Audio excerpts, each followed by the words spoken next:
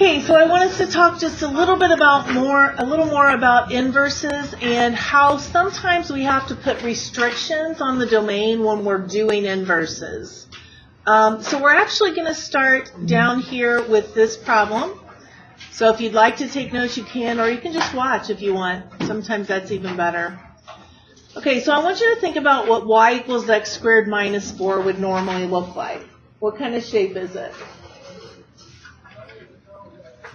Karen? It's just a regular U shape. Yeah, it's a parabola that's been what? Shifted down 4 units. Okay, so normally it's going to look like this, a parabola shifted down 4.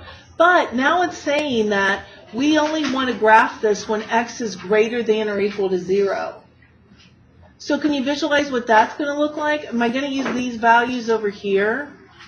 No, I'm only going to graph it when x is greater than or equal to 0. So it's going to look like this. Okay? Now, if you weren't sure of that, you could graph it on the calculator. And this is something that's new. I can clear this out. I go to y equals. And I'm going to graph x squared minus 4. But then I tell the calculator to divide it. And I say only graph this when x is, and I go to test, only when x is greater than or equal to 0. So now I'm telling it, graph this equation, x squared minus 4, but only when x is greater than or equal to 0. And so now look what it's going to look like. Just like that. All right, so that's the function we're looking at. We're now going to find the inverse of it. So to find the inverse, my y becomes x, my x becomes y. Can we close the door, please? And I have to solve for this new y. So I'm going to have to add 4, and I get this. And when I take the square root, what do I have to put in front of an equation when I take the square root? Plus or minus. So I'm going to have plus or minus the square root of x plus 4 equals y. So that is now my inverse. So I'm saying the inverse of my function is plus or minus the square root of x plus 4. But I have to think about it. Is that really the inverse? All right, now look. If I go in here and I graph the square root of x plus 4 and negative the square root of x plus 4. Remember how when we find an inverse, it must be a reflection over the line y equals x? Well, let's graph. Here's our original. Here comes the inverse. Is that a reflection over the line y equals x? It's not. Okay, so what is the part that we don't want to have? Is it the red or the black that we wouldn't want to have for it to be an inverse? Now let me graph y equals x for you.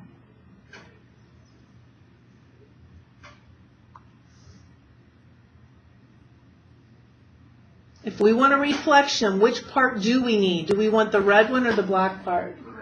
The red part. So we want to get rid of the black part. See, this is making it so it's not going to be a reflection. There's the original. Here's what we think the inverse should be. We're checking it. And is it going to be a reflection there? Yes, it is. So I need to get rid of this negative part. So the inverse is not what it normally is. It's only the square root of x plus 4, not the negative part. Here's the reason why. The domain back here is from 0 to infinity. The range back here is from -4 to infinity. So whatever the domain was here has to become the range here. So the range here must be 0 to infinity. Whatever the range was here has to be the domain. Do you see how that now works out? That the domain would be from -4 to infinity of this new inverse function that we found?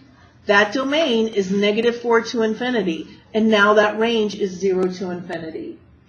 That's the way it has to work, because x becomes y and y becomes x, domain becomes range, range becomes domain. And we have to make sure that that works out correctly. All right. I want us to go back now to number 2. We're going to do this one. So to find the inverse, what does y turn into? X, and x becomes y. So if I'm trying to solve for this new y, I'd have to square both sides. I would now have to add 3. And there is my inverse. But let's think about this, guys. Look at this function. You should know what that is. That's a square root function shifted to the right 3. So this is going to be like that, correct? Here's my inverse function, x squared plus 3. So it's going to be shifted up 3 units, and it's going to look like that. Is that a reflection over the line y equals x from our original? So how can I make it so that it is? What kind of restriction, Marcel? Say that again? Okay, so what am I going to have to force this domain to be? Yeah. See, now if I say that my inverse is x squared plus 3, but I say that I'm only going to graph it when x is greater than or equal to 0, well, that's going to get rid of this part of it. So that part of it will now be gone. And you can see that now it is going to be that reflection over y equals x that we need. Just getting rid of that part right there. So that's the way I would have to write it. Here's the reason why. Back here, the domain was 3 to infinity. The range was 0 to infinity. So whatever my range was here is going to have to be my domain here. And whatever my domain was here is going to have to be my range. See how that would be the range of this? So I have to check all of that and make sure that it works. This would be the way we would write that inverse. All right, one more. This one. All right, so now I'm going to find the inverse. Here's my y. This becomes x. Here's my x. This becomes y. I'm going to solve for this new y. So I'm going to add 3. Divide by 2.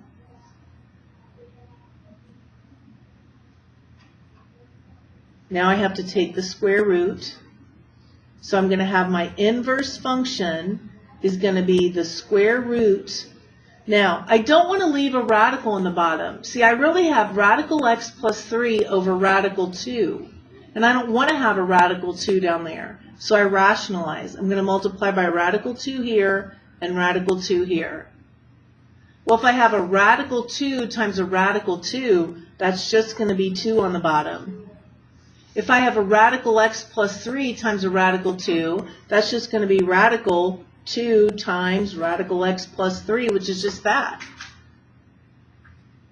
What do I have to put in front anytime I take a square root? Plus or minus.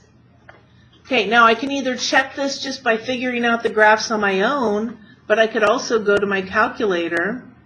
So my original function is 2x squared minus 3. My inverse is the square root of 2 parentheses x plus 3 divided by 2 and negative the square root of 2 parentheses x plus 3 divided by 2. So here's my original, and this is what I'm considering to be the inverse for now. And we're going to check and see if that's true. So I'm going to graph it. Here's my original function. Here's what we think the inverse is. This and that. And then here comes the line y equals x. Does it work? Do I need to make any changes to this, or did it work? It's fine, isn't it? All right, so this is going to be the inverse right here. So I'm just going to go ahead and rewrite it with the inverse on the left.